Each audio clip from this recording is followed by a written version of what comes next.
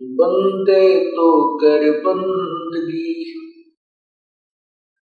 जे चावे दीदार। अवसर मानुष जन्म का मिले न बारंबार। मानुष जन्म पाकर नहीं रटे हरि नाम। जैसे कुआं जल लगना बनवाया किस काम। कबीर हरि की भक्ति करो तज विषयों रस सोची। बार बार ना पाओगे ये मनुष्य जन्म की मौज। मानुष जन्म दुर्लभ है ये मिले न बारंबार। तरवर से पत्ता टूट गिरे वो बहुर न लगता डार।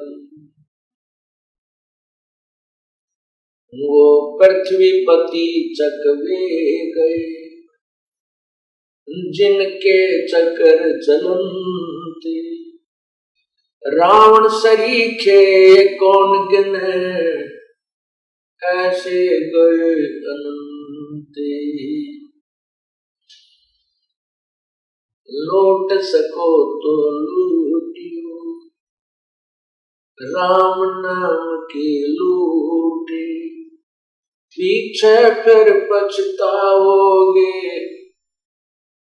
प्राण जहांगे छूटे। नहीं भरोसा देखा ये विनस जावे क्षण। श्वास उश्वास में नाम जपो और यतन कछु नहीं। श्वास उश्वास में नाम जपो व्यर्थ श्वास मत खो। न जाने इस श्वास को आवण हो न हो।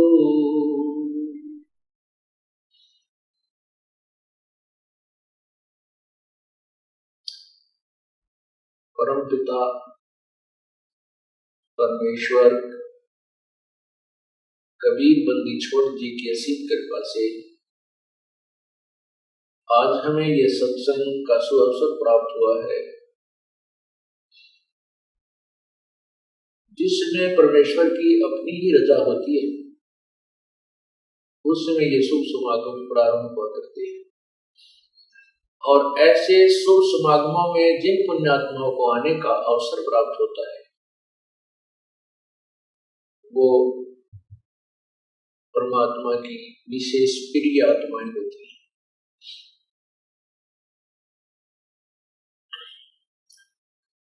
आज ये सत्संग का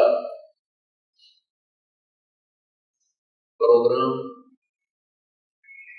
आज ये सत्संग समागम किस उपलक्ष्य में हो रहा है, सबसे पहले ये बताना आवश्यक है। ये शुभ समागम उस शुभ पर हो रहा है जो शुभ दिन हमें प्राप्त हुआ, जिस दिन पूर्ण परमात्मा अपने सत्यलोक से चलकर इस काल के लोक में आए थे और उन्होंने आकर के इस काल के द्वारा उलझाए हुए तत्व ज्ञान को स्वयं ही प्रकट किया था।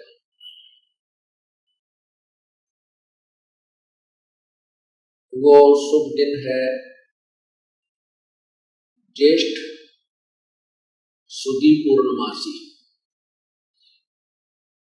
जो 18 जून सन 2008 को है, उसी के उपलक्ष्य में ये 5 दिवसीय शुभ समागम उस परम पिता की असीम कृपा से आज प्रारंभ हो रहा है। आज ये 14 जून सन 2008 का शुभ दिन है। व्यास परमात्मा की अमृतवाणी का प्रकाश हुआ और प्रभु की महिमा का गुणगान किया जाएगा।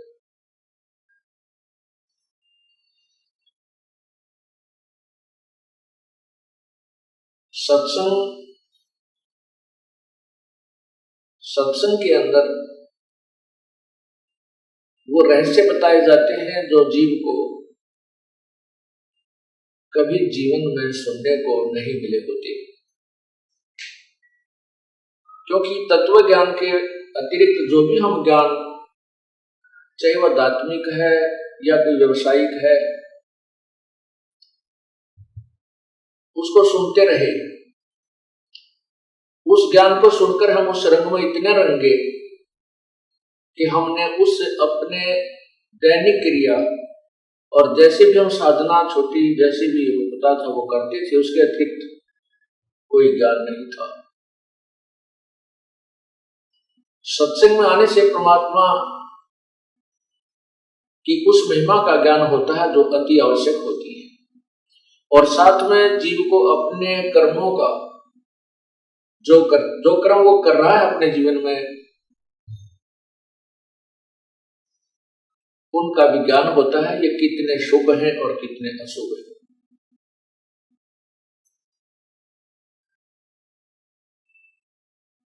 सत्संग में आने से जीव को ज्ञान होता है तू कौन है और कहां से तू आया था और कितने दिन का तू मेहमान है।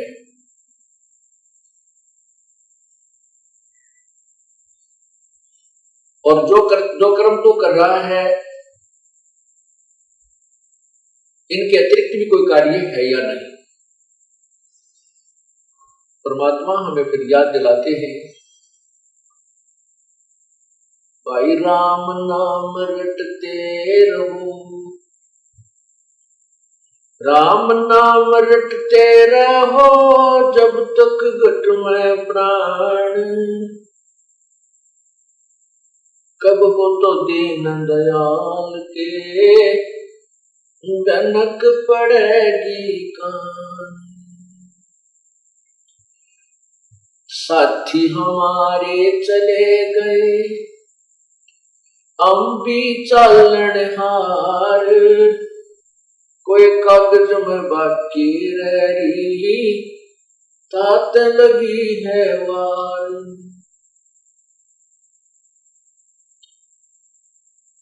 कबीर पतझड़ आवत देख कर बन रोवे मन माही, जो ऊंची टहनी पात थे अब पीले हो जाए। तरवर कहता पात से सुनो पात एक बात, बात चढ़ता यूं कहे सुन गई तरवर राय। अब के बिछुड़े ना मिला न जाने कहां गिरेंगे जाए।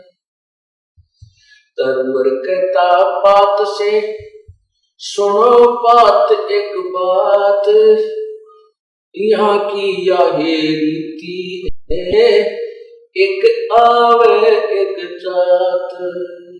साथी हमारे चले गए हम भी चलन हारे, कोई कागज में बाकी रही तात लगी है वार।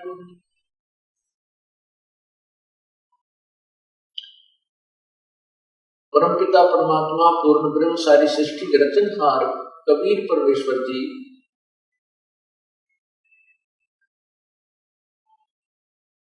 सन 1398 विक्रमी संवत 1455 ज्येष्ठ सुदी पूर्णमासी को सशरीर आकर के कमल के फूल पर प्रकट हुए थे। एक नवजात शिशु का रूप धारण किया था। लीला करते हुए प्रभु बड़े हुए थे।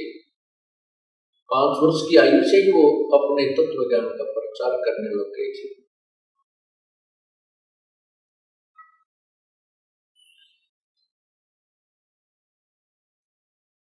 सबसे पहले सत्संग में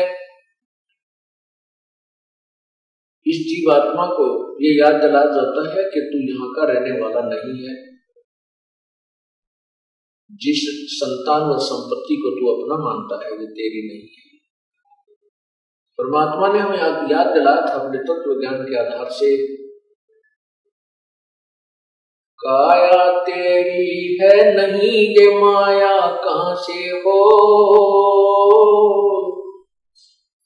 चरण कमल में दान रखो इन दोनों को।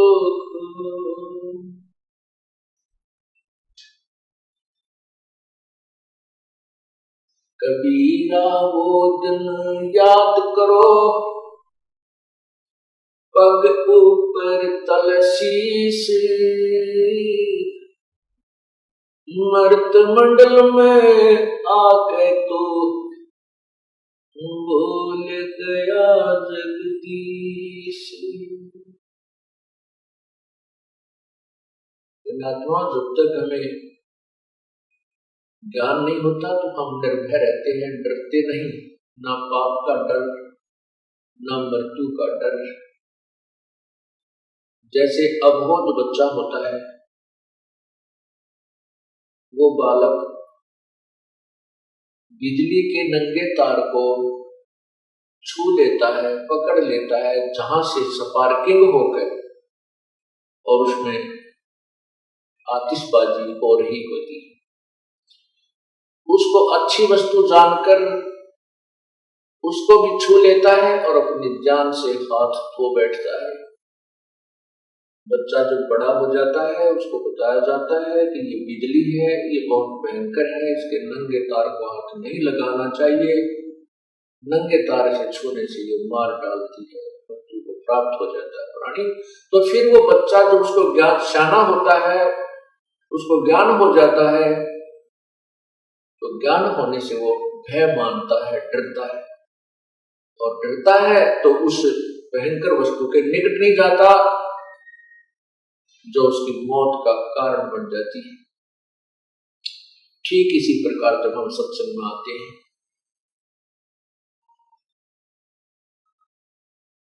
और फिर हम उन दुखों से बच जाएंगे। हम 84 लाख योनियों के प्राणियों के शरीरों में जाने से बच जाएंगे। हम बहुत से दुख से बच जाएंगे क्योंकि हमें डर बनेगा, और डर ज्ञान से बनता है। इसी प्रकार जब हम सत्संग में आते हैं तो अपने पूर्व जो कर्म कर रहे होते हैं वो हमें ही फिर डराने लग जाते हैं कि ये तो बहुत पाप कर दिया, मैंने तो बहुत जुल्म किया है। उसका प्रायश्चित और साथ में उससे बचने का जो तरीका, समाधान वो तुरंत करने की चेष्टा करता है। ये ज्ञान आपको फिर सत्संग से ही होता है। सत्संग के अंदर बताया जाता है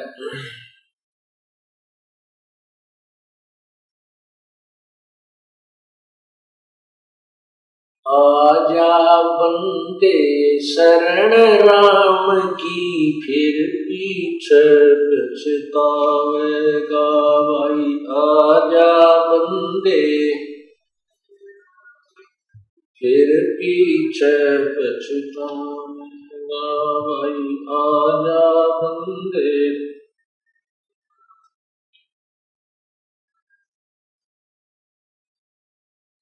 आजा बंदे शरण राम की, फिर पछ पछतावेगा।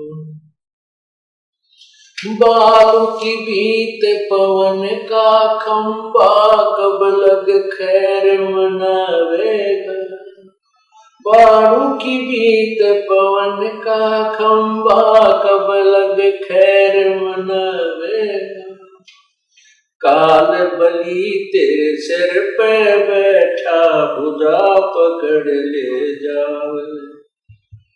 काल बली तेरे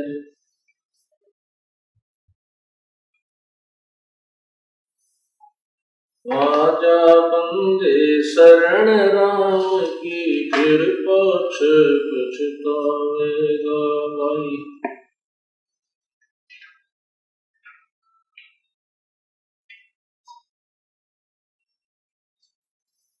आजा बंदे शरण राम की,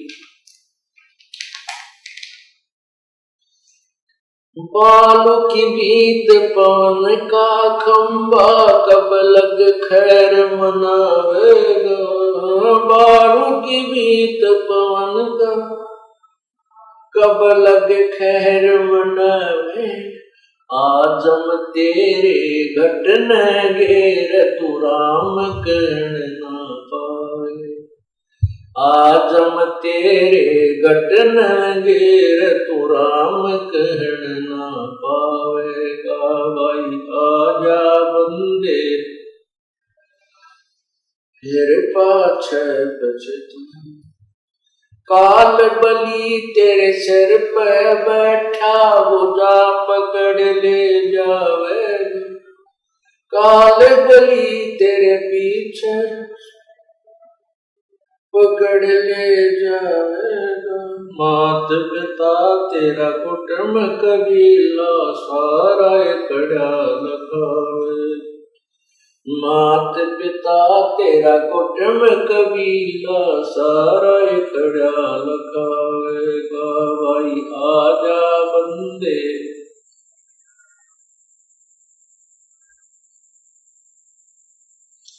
धर्म राय तेरा लेखा मांगे, वहां क्या बात बनावेगा।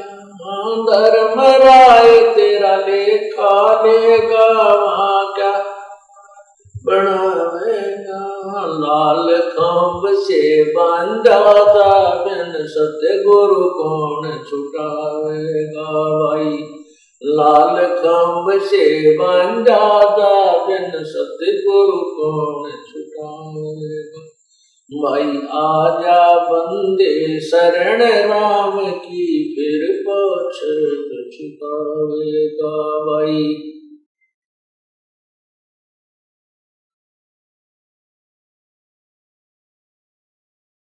दिया लिया तेरे संग चलेगा, दरिया क्या रह जाएगा। दिया लिया तेरे संग चलेगा, दरिया क्या रह जाएगा। कहे कबीर सुनो भाई साधो, करनी के फल पावेगा। हाँ कहे कबीर सुनो भाई साधो, करनी के फल पावेगा भाई। आजा बंदे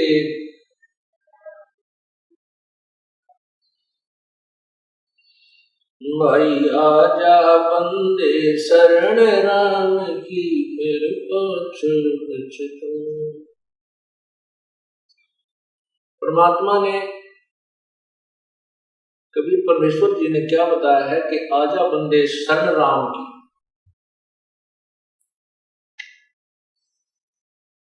फिर पीछे पछतावेगा। परमात्मा जब इस काल के लोक में, इस मृत लोक में आते हैं, वे स्वयं ही संत की भूमिका करते हैं, स्वयं ही एक भक्त की वास्तविक भूमिका करते हैं। अपने ही डबल रोल ट्रिपल रोल बनाकर परमात्मा हमें शिक्षा देते हैं। स्वयं ही कह रहे हैं कि आजा बंदे शरण राम की, परमात्मा की भक्ति में लग जा तू, नहीं तो फिर पीछे पछताएगा।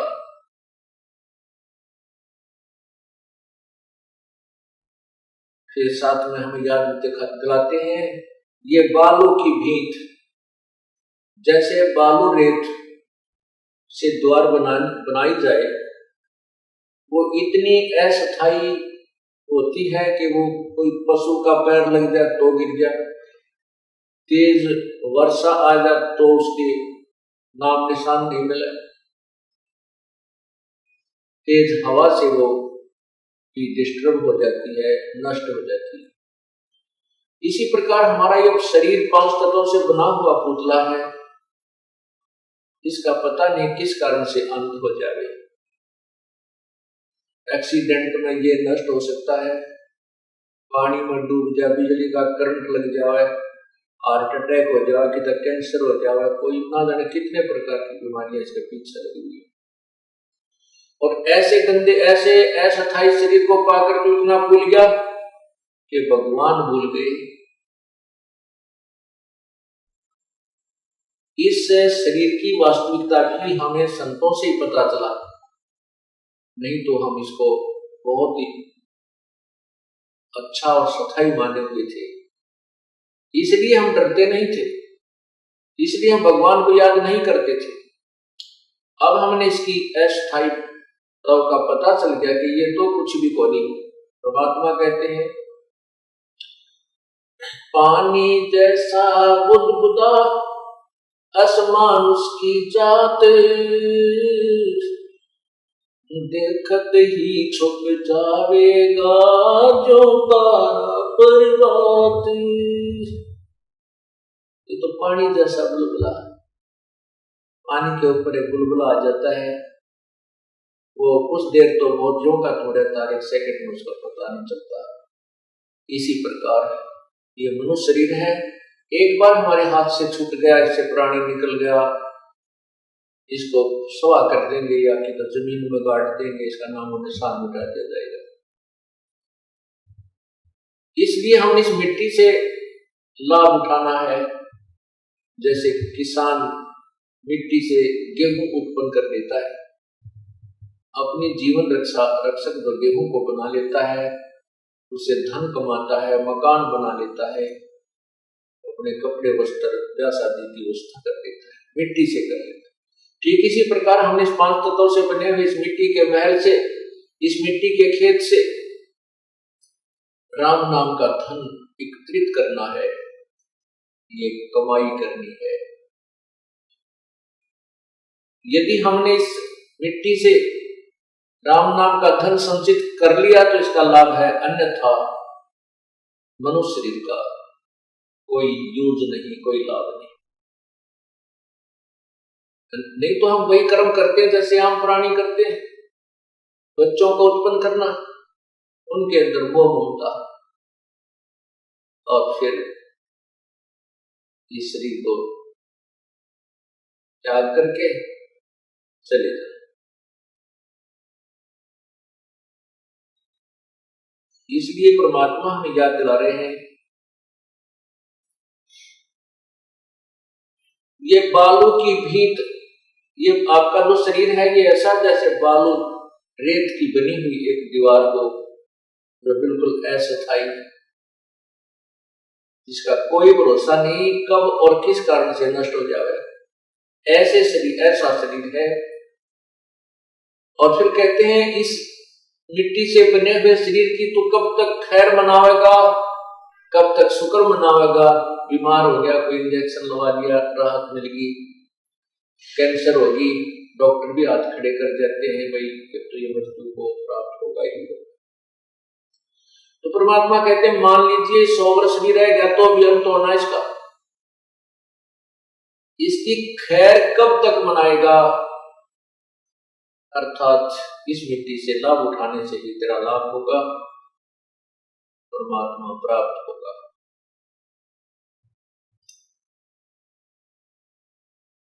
जो व्यक्ति भगवान नहीं बचते, परमात्मा की याद नहीं करते, जब तक उनके पूर्व जन्म के संस्कार होते हैं,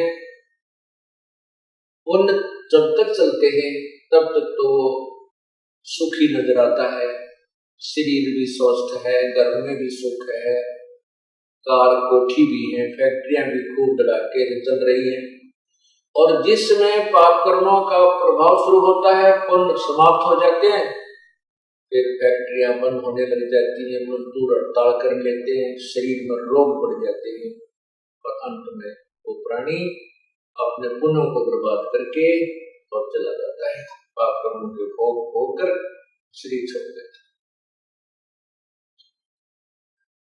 सत्संग में याद दिला जाता है कि जो प्राणी आज जैसे भी संस्कार है, कोई राष्ट्रपति बना है, कोई प्रधानमंत्री बना है, कोई मुख्यमंत्री बना है, या कोई अन्य अधिकारी है, या हमारे जैसा कोई गरीब है, कोई रिक्शा चला रहा है, कोई मजदूर है, किसान है, किसी को रोग लगा है, कोई स्वस्थ है, ये अपने ही पूर्व जन्म के और पापों के आधार से।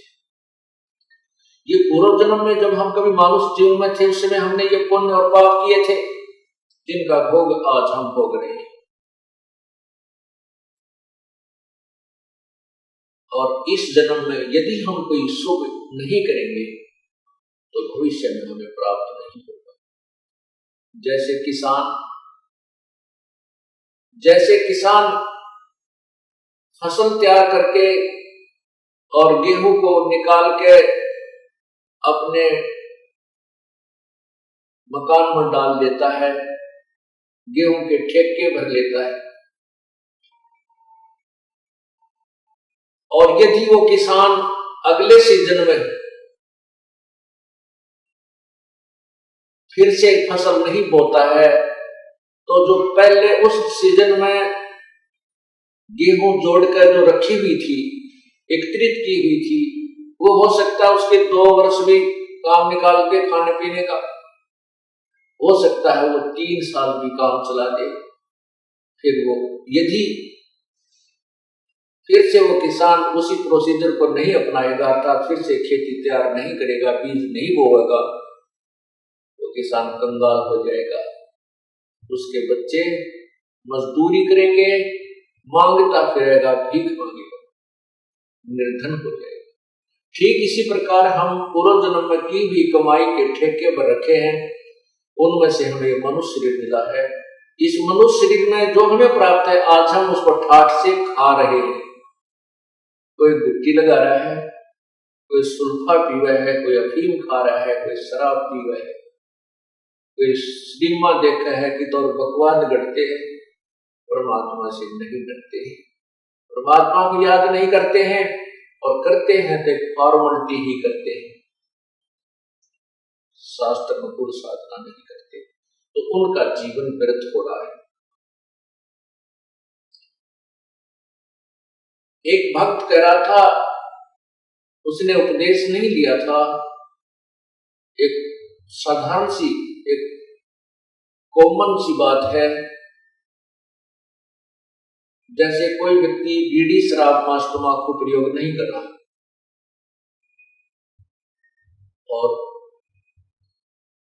हमारे साथ बहुत से भक्तों के साथ वार्ता हुई, तो वो कहते हैं जी हम तो ना शराब पीता हूं, ना मांस खाता हूं, ना कोई और चोरी ठगी करता हूं, अपना ईमानदारी से कार्य करते हैं और ठीक गुजारा चल रहा है, मुझे नाम लेने की कोई आवश्यकता नहीं, मैं तो वैसे ही नाम लिए बराबर हूं। तो उसको फिर समझाया जाता है कि हे भोली आत्मा, जो अवगुण आप नहीं कर रही, ये तो मनुष्य जीवन का प्रथम कर्तव्य है, और जो ये पाप भी, ये बुराइयां भी कर रहे हैं, वो तो और ज्यादा पाप के भागी बन रहे हैं। आप केवल उन पापों से बचे हुए हैं जो अन्य व्यक्ति वो शराब, मांस, तंबाकू, चोरी, ठगी करके जो पाप कमा रहे हैं, लेकिन जीवन आपका भी इनकम्प्लीट है, मनुष्य जीवन का कर्तव्य आपका पूर्ण नहीं है। जैसे 1 एकड़ जमीन में घास फूस, झाड़, बोझड़े, कांटेदार झाड़ियां खड़ी है, और उसके साथ वाले एकड़ में, साथ वाले किले में, खेत में किसान ने खूब अच्छी तरह संभाल रखा है, उसमें कोई झाड़ नहीं, कोई कांटेदार झाड़ी नहीं, वो बिल्कुल बोने योग्य करके छोड़ दिया, और बीज उसमें बीजा नहीं, तो हुआ, जैसा वो झाड़ जंखाड़ कांटेदार झाड़ियां जिसमें कबाड़ उगा पड़ा है, उस खेत में और बाह्य समारे खेत में कोई अंतर नहीं है यदि उस बाह्य समारे खेत में बीज नहीं बीजा जाता। ठीक इसी प्रकार जो पुण्यात्मा बुराई नहीं करते, वो तो समरा समराया खेत है, वो तो वैसे ही पुण्यात्मा है, राम नाम लेते ही उसकी तो बहुत अच्छी श्रद्धा बन जाएगी। और जो बुराइयां करता है उसको साफ किया जाता है। जिस प्रकार किसान कितना ही खराब खेत हो, उसको कस्सी से, हल से, ट्रैक्टर से उसको कवाड़ियां पे काट पीट के उसके सारे घास अड़ंगे ने, कुबाड़ ने, खरपतवार ने काट के और निर्मल कर लेता है, साफ कर लेता है, फिर बाव और फिर बीज बीज देता है। जो पुण्यात्मा बुराई नहीं करते वो तो और अच्छी आत्माएं हैं, और जो बुराई करते हैं और सत्संग में आ जाते हैं, फिर सत्संग वचन सुनकर वो भी साफ हो जाते हैं, दोनों बराबर हो गए। रही बात उन पापों की जो पाप उसने कर लिए, जो बुराई करता था, चोरी करता था, ठगी करता था, बीड़ी शराब मांस तंबाकू पी कर पाप इकट्ठे करता था, और दूसरे ने पाप किए नहीं। अब जिसने पाप किए उसका समाधान है परमात्मा के मंत्र में शक्ति है। जब ही नाम हृदय धरो बड़ो पाप को नाश, मानो जिनकी अग्नि की भाई पड़े पुराने घास।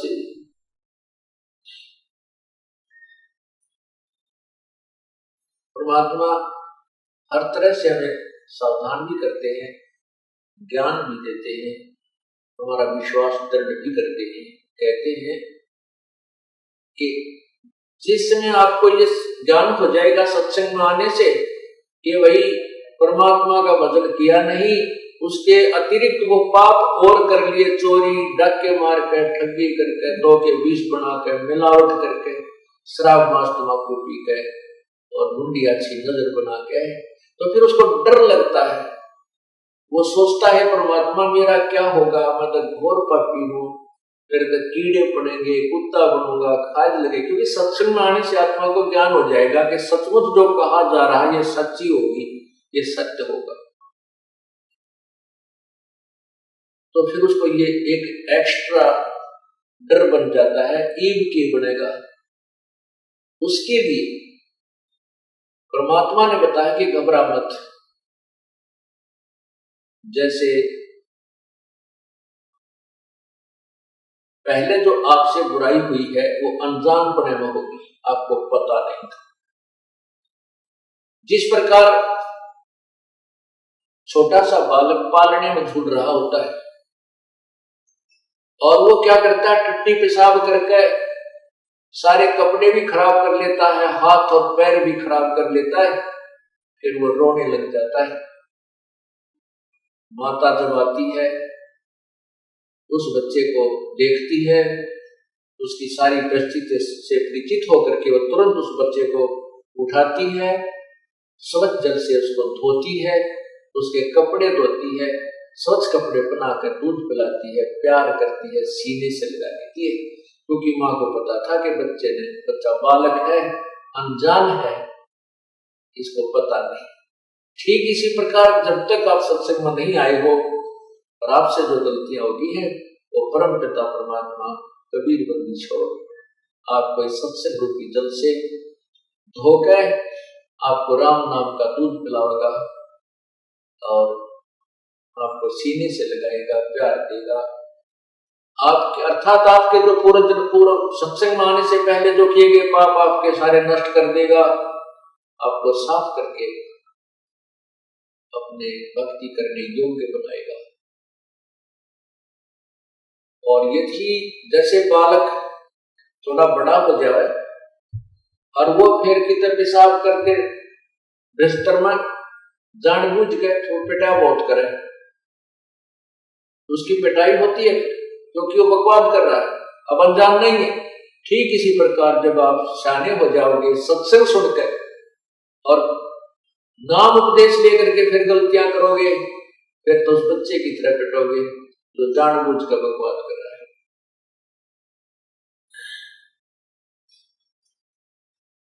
परमात्मा कहते हैं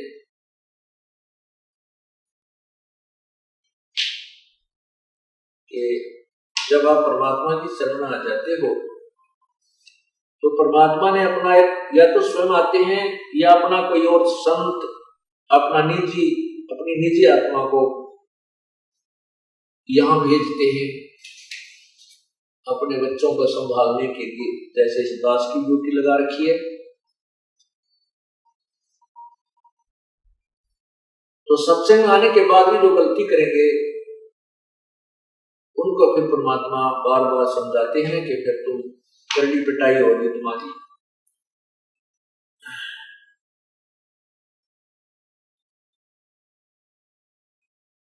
और फिर उसको जागृत करते हैं, भाई मानत ना मन मोरा साधो, मानत ना मन मोरा रे, बार बार मैं ये समझाऊं जग में जीवन थोड़ा रे, बार बार मैं ये समझाऊं जग में जीवन थोड़ा रे, मानत ना मन मोरा साधो, बार बार मैं ये समझाऊं जग में जीवन थोड़ा रे, बार बार मैं ये समझाऊं जग में जीवन थोड़ा रे। इस काया का गर्व न करियो के काला के गोरा रे, इस काया का गर्व न करियो के काला के गोरा रे, बिना भजन कछु काम न आव चाहे, एत्र चढ़को चारों ओरा रे, बिना भजन कछु काम न आव चाहे, अत्र चढ़को चारों ओरा रे, मानत ना मन मोरा साधो, बार बार मैं ये समझाऊं जग में जीवन थोड़ा रे, बार बार मैं ये समझाऊं जग में जीवन थोड़ा है। इस माया का गर्व न करियो के हाथी क्या घोड़ा रे, इस माया का गर्व न करियो क्या हाथी क्या घोड़ा रे, जोड़ जोड़ धन बहुत बटोरा लाखों और करोड़ा रे, जोड़ जोड़ धन बहुत बटोरा लाखों और करोड़ा रे, मानत ना मन मोरा साधो, बार बार मैं ये समझाऊं जग में जीवन थोड़ा रे, बार बार मैं ये समझाऊं जग में जीवन थोड़ा। दुविधा दुर्मति चतुराई में जन्म गया नर तोरा रे, दुविधा दुर्मति चतुराई में जन्म गया नर तोरा रे, अब भी आने मिलो सत्संग में करो गुरु ज्ञान पे गोरा रे, अब भी आने मिलो सत्संग में करो गुरु ज्ञान पे गोरा रे, मानत ना मन मोरा साधो, बार बार मैं ये समझाऊं जग में जीवन अरे, बार बार मैं ये समझाऊं। भाई शरण पड़े ने गुरु संभाले, जानिक बालक भोला रे, गुरु शरण पड़े को गुरु संभाले, जानिक बालक भोला रे, कहे कबीर तुम चरण चित राखो जो सोई बडोरा रे, कहे कबीर तुम चरण चित राखो जो सोई बडोरा रे, मानत ना मन मोरा साधो, बार बार मैं ये समझाऊं जग में जीवन थोड़ा रे, बार बार मैं ये समझाऊं जग में जीवन थोड़ा रे। क्या बताते हैं कि सत्संग में आने के बाद भी ये मन इधर उधर की सोच में ज्यादा ही उलझा रहता है, उसको याद दिला जाता है कि इस काया का गर्व न करिए, भाई के काला के गोरा रे। ये जो मिट्टी का बना हुआ, ये 5 तत्वों से बना हुआ पुतला है, इसके अंदर झांक कर जरा सा देखें तो ये कुछ भी वस्तु नहीं है। इसकी शरीर की नाड़ियों में खून घूम रहा है, रक्त चल रहा है, मांस, हड्डियों के ऊपर मांस लपेट रखा है, अंदर शरीर में थूक, टट्टी, पेशाब और सारा गंध भरा पड़ा है। हमारे शरीर की क्या स्थिति है? जैसे आपने एक्सीडेंट के अंदर कोई कुत्ता मरा हुआ देखा और रोड के ऊपर, उसकी आंत कितनी दूर तक बिखरी पड़ी होती है, उसके अंदर से टट्टी और पेशाब उसका अलग से पड़ा होता है, और शेष शरीर का जो मांस, हड्डी और चाम तो इधर उधर सड़क के चिपका हुआ होता है। तो उससे अपने शरीर की तुलना कर लेना बिल्कुल अंतर नहीं। तो इस भगवान ने इसके ऊपर सब ये कुछ अंदर भर के और ऊपर ये पालिश कर रखी है, किसी का काली पालिश है, किसी का गोरी है, अंदर सेम मटेरियल है। तो यहां बताते हैं इस काया का गर्व न करियो, के काला के गोरा रे। इस काया का गर्व न करियो, के काला के गोरा रे। भाई बिना भजन कछु काम न आवे चाहे, एत्र छिड़को चार ओरा रे। बिना भजन कछु काम न आवे चाहे, भजन कछु काम न आवे चाहे, इधर छिड़को चार ओरा रे। इस शरीर के ऊपर कितना है तो बढ़िया पाउडर छिड़क लो, कितना सुगंधित वस्तु तेल इसका मालिश कर लो, कोई बात नहीं, भाई सफाई शरीर की आवश्यक होती है, नहाना है, साबुन ला लो, वो बात अच्छी है। लेकिन भगवान नहीं भजा, परमात्मा को याद नहीं किया, तो इस मिट्टी का कोई लाभ नहीं, ये व्यर्थ है। फिर हम दूसरा गर्व करते हैं, घर में कार हो जाए, कोठी हो जाए, पहले घोड़े, आज तक तो कार, पहले घोड़ा जिसके घर में होता था एक रिच मैन माना जाता था, एक साहूकार व्यक्ति माना जाता था। जैसे आज जिसके घर में कार हो वो धनी व्यक्ति मान लिया जाता है। तो परमात्मा बताते हैं कि इस माया का गर्व ना करियो, कि हाथी के घोड़ा रे, और जोड़ जोड़ जन बहुत बिटोड़ा, लाखों और करोड़ा रे। अब परमात्मा के नाम बिना यह जोड़ा जड़ा धन ऐसे व्यर्थ हो जाता है। कैसे? एक समय की बात है, अब देखो पुण्यात्माओं, जो हमारे अनुयायी हैं, जब से इस दास को आज्ञा हुई है परमात्मा की महिमा गुणगान करने की, उसी समय से सत्संग सुनते हुए आ रहे हैं, और सत्संग में वही बातें होती हैं जो प्रभु की महिमा की प्रतिदिन गाई और सुनाई जाती है,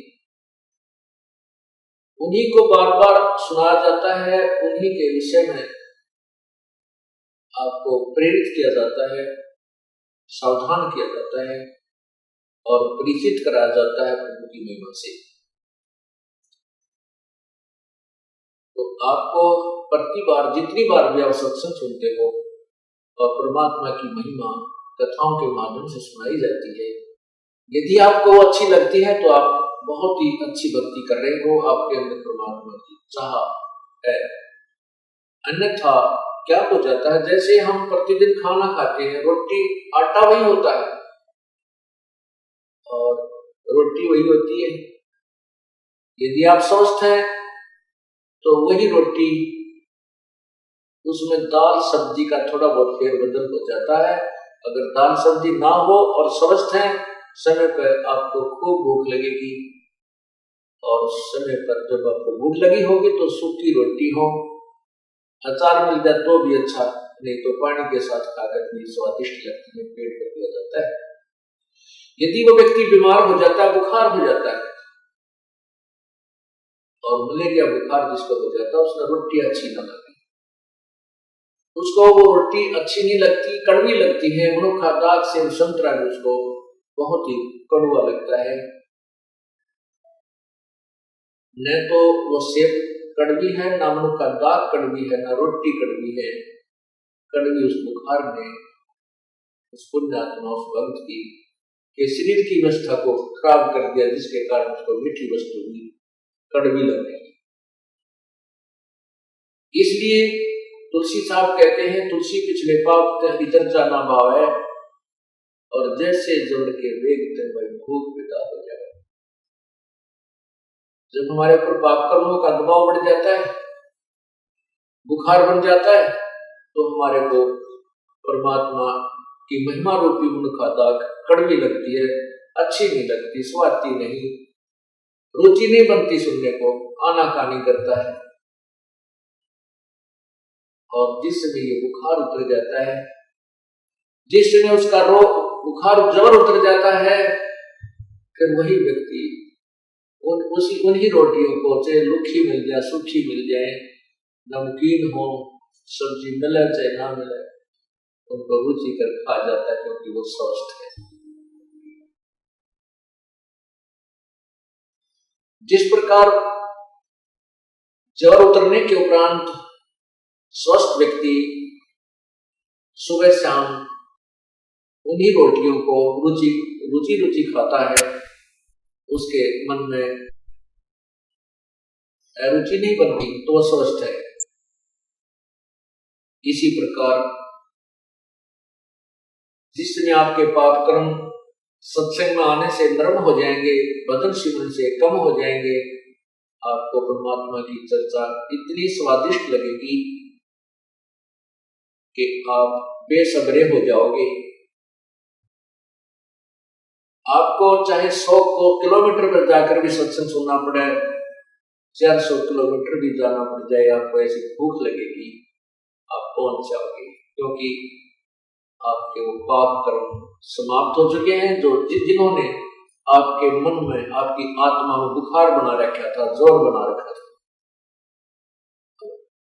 आप स्वस्थ हो गए, आपकी आत्मा स्वस्थ हो गई है।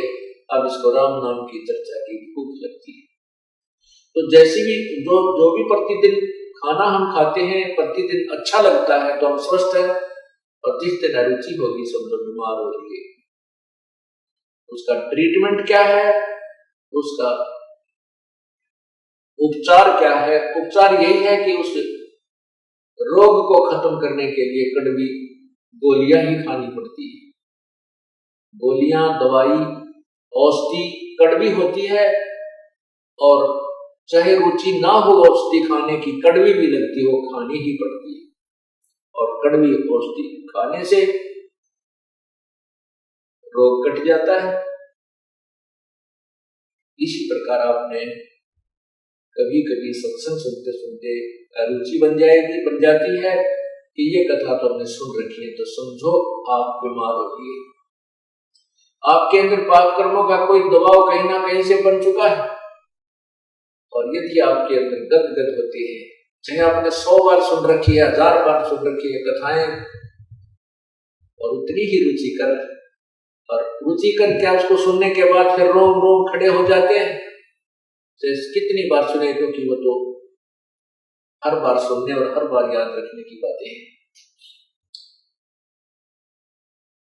फिर आपकी भक्ति, आपका जो ज्ञान है वो स्वस्थ है, आप ठीक सके। तो इस प्रकार अब आपको बताया जा रहा है कि परमात्मा हमें बताते हैं कि तुम राम नाम के लिए समय नहीं, और संसारिक धंधे के लिए, एक पेट के लिए रात और दिन कहीं भी कठिन से कठिन काम हमें करना पड़ जाए, आप तुरंत करने लग जाते। और परमात्मा के लिए जो समय, उस दिन प्रतिदिन के कार्य से बचे हुए समय में भी अगर हम परमात्मा के लिए तो समय निकाल लें, तो भी हमारा कल्याण हो जाता है। और